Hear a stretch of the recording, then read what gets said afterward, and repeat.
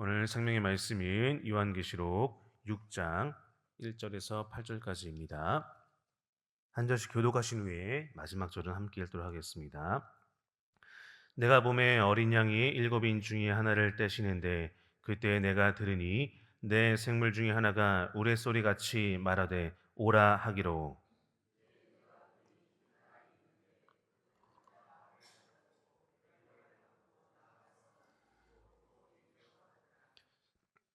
둘째 인을 떼실 때에 내가 들으니 둘째 생물이 말하되 오라 하니.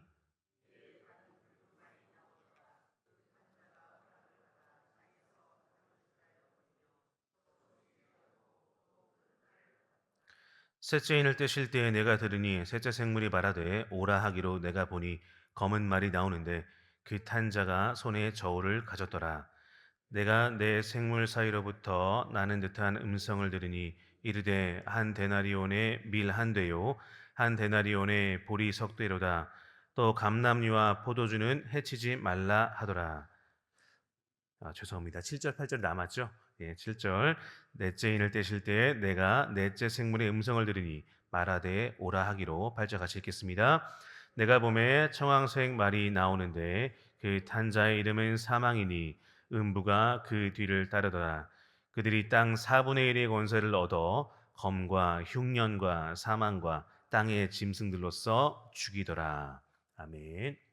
네, 오늘 우리가 읽은 요한계시록 6장은 이제 요한계시록에서 가장 어려운 부분인 일곱 인, 일곱 나팔, 일곱 대접의 재앙 시리즈가 시작되는 부분입니다. 이 앞에까지는 우리가 굉장히 이해하기가 크게 어렵지가 않습니다. 여러 일곱 교회를 통해서 우리의 모습을 돌아볼 수 있고 또 천상에 계시는 어린 양의 영광스러운 모습을 통해서 우리가 은혜를 누릴 수가 있습니다. 그런데 오늘 6장 이제 어린 양께서 일곱 인을 떼시기 시작하면서 전 지구적이고 우주적인 그런 재앙이 시작된다라는 것이 요한계시록의 내용입니다. 6장의 일곱 인을 떼면서 시작된 재앙은 16장까지 이어집니다. 이 일곱 인, 일곱 나팔, 일곱 대접이 어떤 의미일지를 두고 학자들마다 굉장히 의견이 분분합니다. 그래서 때로는 우리가 그 해석을 보면서 무섭기도 하고 두렵기도 하고 나는 과연 그 재앙을 견뎌낼 수 있을까 두려움을 느끼기도 합니다. 그리고 이 6장부터 시작된 이 재앙 시리즈는 16장까지 이어지면서 그 강도가 점점 세집니다. 그렇기 때문에 우리는 이 본문을 읽을 때 때로는 두려움을 느낄 수밖에 없다는 것이 엄연한 사실입니다. 그래서 교단이나 교파 또는 어떤 신학적 전통, 학자들마다 이 본문을 해석하기 위해서 많이 노력하지만 그 많이 노력하는 만큼이나 이 본문을 굉장히 서로 다르게 해석을 하기도 하기 때문에 우리가 이 본문을 읽을 때 어려움을 느끼는 것이 또한 분명한 사실이기도 합니다. 그런데 여러 학자들의 글들을 종합해 보면 요한계시록을 읽을 때 우리가 취해야 할 분명한 두 가지 해석 원리가 있습니다. 이 두 가지 해석 원리를 우리가 마음에 품고 요한계시록을 읽어 나가면 무서운 본문이 아니라 오히려 우리에게 위로를 주는 그런 본문이 되는 줄로 믿습니다. 첫 번째 원리는 뭐냐 하면 내가 로마 제국의 핍박에 직면한 성도의 입장에서 오늘 본문을 읽으라는 것입니다. 요한계시록이 쓰여질 당시 성도들은 로마 제국의 큰 핍박 가운데 있었습니다. 그래서 여러 황제들이 기독교인들을 잡아서 죽이고자 했고, 그래서 그 당시 성도들은 지하 교회, 우리 카타콤이라고 하죠. 지하 교회에 숨어서 신앙생활을 해야 했습니다. 그래서 네로 황제, 우리가 아주 잘 알고 있는 네로 황제부터 시작된 기독교인들을 향한 핍박은 그 뒤에 약 250년 동안 이어지고 10명의 황제가 기독교인들을 굉장히 핍박을 했습니다. 그래서 우리는 이것을 기독교 10대 박해다라고 부릅니다. 여러분 생각을 해보세요. 10명의 대통령이 계속 연이어서 우리를 예배드릴 때마다 잡아 죽이기 위해서 호시탐탐 노리고 있고 그것이 250년 동안 이어진다. 한번 생각을 해보십시오. 우리가 이렇게 모여서 예배드리는 것이 얼마나 두렵고 떨리겠습니까? 또 이렇게 예배드릴 때 잡아서 벌금형에 처한다거나 징역살이를 하는 게 아니라 사자밥이 되고 또는 화형을 당하고 하는 그런 환경 가운데서 우리가 예배를 드린다면 굉장히 무섭고 힘들 것입니다. 그러한 성도들에게 쓰여진 편지가 바로 요한계시록이에요. 그렇다면 요한계시록은 두렵고 떨리는 메시지가 담겨 있을까요? 아니면 핍박 가운데 직면한 성도들에게 위로를 주는 것일까요? 둘 중에 뭐겠습니까? 네, 위로가 담겨 있는 것입니다. 그래서 여러분들께서 요한계시록에 대한 설교나 해석을 접할 때 막 무섭고 떨린다. 그러면 그 해석은 조금 더 우리가 고민해보고 다시 한번 살펴봐야 합니다. 오히려 모든 본문 가운데서 하나님께서 우리에게 하시고자 하는 말씀은 핍박 가운데 힘을 내라. 핍박 가운데 위로를 주겠다 하시는 말씀이 요한계시록 본문 곳곳에 담겨 있습니다. 그러므로 첫 번째 원리는 내가 그런 핍박 가운데 직면한 로마 제국의 성도로서 오늘 본문에서 하나님께서 어떤 위로를 주실까 하는 이것을 먼저 우리 마음 가운데 품고 요한계시록을 읽어야 한다는 것입니다. 또 두 번째 원리는 확실한 것만 해석하라는 겁니다. 어렵고 난해한 부분은 그대로 두고 확실한 것, 본문에서 우리가 100% 확실하게 해석할 수 있는 것, 이해할 수 있는 것만 해석을 하고 넘어가라는 것입니다. 이 두 가지 원리를 가지고 오늘 본문을 다시 한번 살펴본다면 오늘 본문 가운데서 하나님께서 우리에게 주시고자 하는 메시지, 하나님께서 요한을 통해서 그 당시 로마 제국 내에 있는 성도들에게 주시고자 하는 메시지가 무엇인지 우리가 좀 더 분명하게 알고 은혜를 얻을 수 있지 않을까 생각을 해 봅니다. 저와 여러분이 로마 제국의 핍박에 직면한 그 성도로서 오늘 편지를 받을 때 분명하게 우리가 알 수 있는 것은 딱 한 가지입니다. 우리 6장 1절을 다시 한번 읽도록 하겠습니다. 시작. 내가 봄에 어린 양이 7인 중에 하나를 떼시는데 그때 내가 들으니 내 생물 중에 하나가 우레소리같이 말하되 오라 하기로. 아멘. 이 뒤에 이어지는 첫째인, 둘째인, 셋째인, 넷째인을 뗄 때마다 나오는 흰말, 붉은말, 검은말, 청황색말, 이것이 무엇인지에 대해서는 학자마다 의견이 다소 분분합니다. 그렇기 때문에 우리가 이 청황색말이 뭘까, 붉은 말이 뭘까, 흰 말이 뭘까 라고 너무 구체적으로 오늘날 우리가 바라보는 현상과 이어서 해석을 한다면 오류에 빠질 수가 있습니다. 그래서 아까 제가 말씀드린 두 번째 원리, 확실한 것만 해석해라. 그렇죠? 6장 1절을 보니 분명한 사실이 등장을 합니다. 이제 6장부터 시작되는 이 재앙의 출발점이 누구라는 겁니까? 무슨 양? 어린 양이라는 겁니다. 우리가 뒤에 이어지는 붉은 말, 흰 말, 검은 말, 청황색 말이 어떠한 의미인지 무엇을 가리키는지 정확히 알 수는 없다 하더라도 오늘 6장 1절 가운데 분명한 사실이 하나 등장을 합니다. 뒤에 16장까지 이어지는 모든 재앙의 시작점, 출발점, 그 인을 떼시는 이가 바로 어린 양이라는 것입니다. 그 핍박 가운데, 로마 제국 내에서 그 핍박 가운데 직면한 성도들이 오늘 편지를 받을 때 얼마나 큰 위로가 되었겠습니까?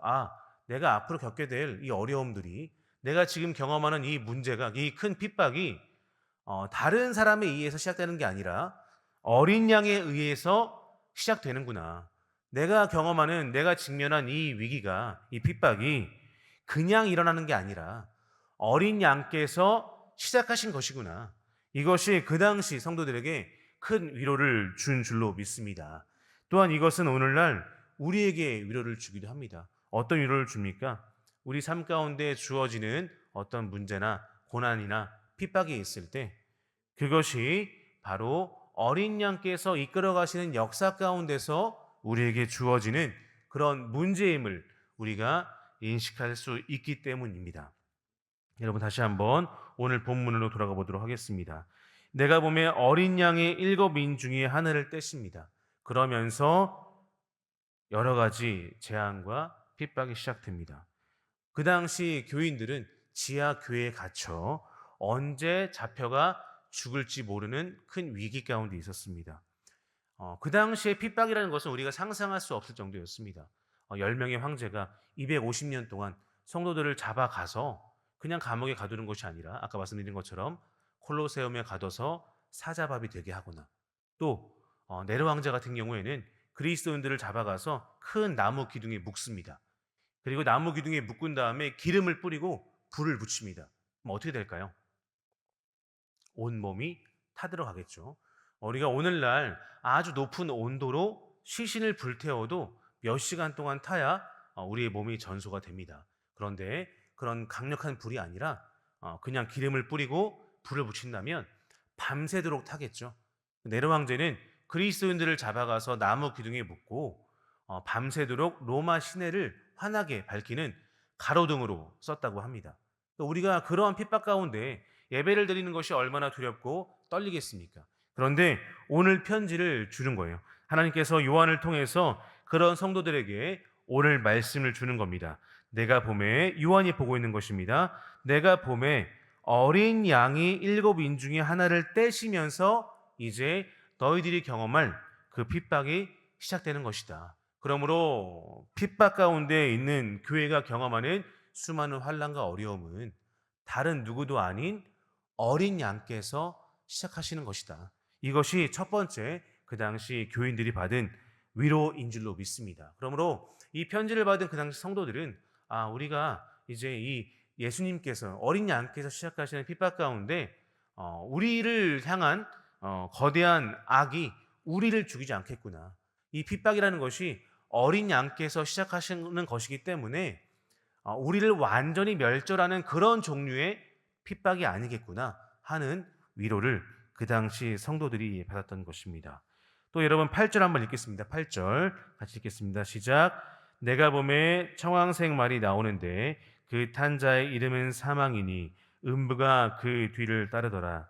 그들이 땅 4분의 1의 권세를 얻어 검과 흉년과 사망과 땅의 짐승들로서 죽이더라. 청황색 말이 무엇인지 너무나 해석하기 어렵습니다. 하지만 분명한 것은 뭡니까? 그 8절 후반부에 보면은 그들이 땅 4분의 1만 죽인다는 것입니다. 그렇죠? 땅 4분의 1만 죽인다. 그러니까 어린 양께서 시작하신 어린 양께서 인을 떼면서 시작된 그 핍박과 환란이 지구상에 있는 모든 사람들을 죽이는 것이 아니라 땅 4분의 1만 향한 것이라는 것입니다. 그러므로 그 핍박과 재앙은 그리스도인들을 향한 것이 아니라 어떻게 보면 로마 제국 내에 그리스도인들을 핍박하는 사람들을 대상으로 주어지는 그런 환란일 수 있다는 것을 이 당시 성도들은 이 편지를 통해서 크게 위로를 얻었습니다. 이것을 우리는 재앙의 이중성이라고 합니다. 그 재앙은 로마 제국 내에 있는 모든 사람들에게 주어지지만 성도들에게는 위로가 됩니다. 왜냐하면 그것은 어린 양께서 시작하신 재앙이기 때문입니다. 그러나 성도들을 대적하는 로마 제국의 거대한 악에게는 분명한 멸망의 시작점이 되는 것입니다. 왜냐하면 어린 양께서 시작하신 그 재앙은 성도들에게 위로를 주는 동시에 성도들을 핍박하는 사람들에게는 분명히 멸망의 출발점이 되기 때문인 것입니다. 그러므로 여러분 요한계시록의 말씀을 읽을 때 우리가 다시 한번 생각해야 할 두 가지 원리를 우리 마음 가운데 떠올렸으면 좋겠습니다. 우리가 로마 제국 내에 있는 핍박당하고 있는 그리스도인의 입장에서 말씀을 접해야 한다는 것이고, 또 한 가지는 우리가 말씀 가운데 확실한 것만 해석을 하고 넘어가야 한다는 것입니다. 그러므로 이런 두 가지 원리에 따르면 오늘 본문 말씀이 우리에게 주는 위로는 분명합니다. 우리 삶 가운데 주어지는 위로와 핍박과 고난이 저절로 일어나는 것이나 우연히 일어나는 것이 아니라 어린 양께서 인을 떼었기 때문에 일어나는 그 어려움이라는 것을 믿으시는 저 여러분 되시기를 소원합니다.